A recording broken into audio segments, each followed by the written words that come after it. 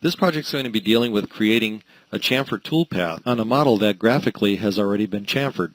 In the previous video, we focused on selecting the geometry that represented the sharp corners of our model. On this version of that model, we don't have sharp corners. This will show you which geometry to select in order to create your chamfer toolpath in a case where the chamfers are designed into the model itself.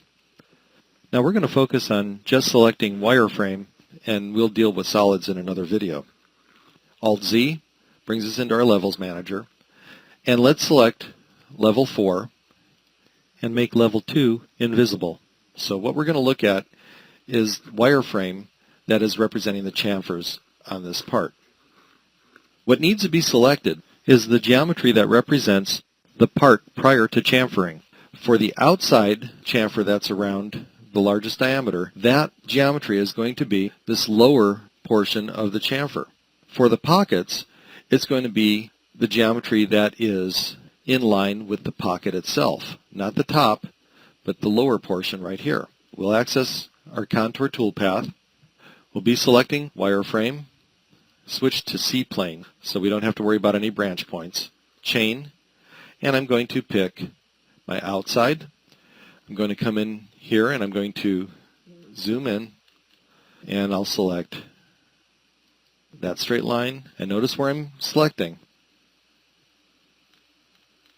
This line and this line.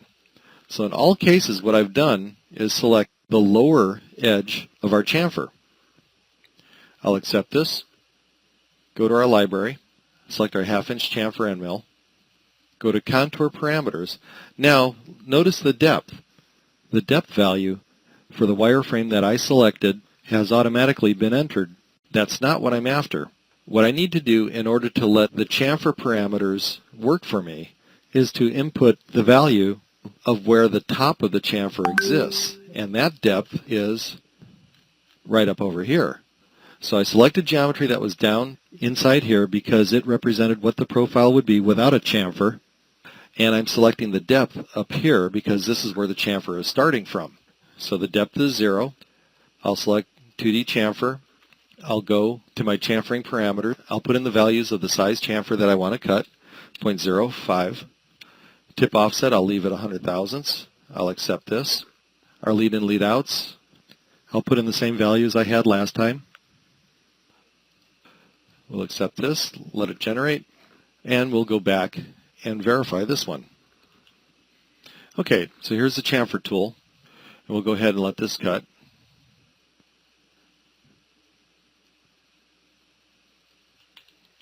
And as you can see, we've achieved the same results as we did before.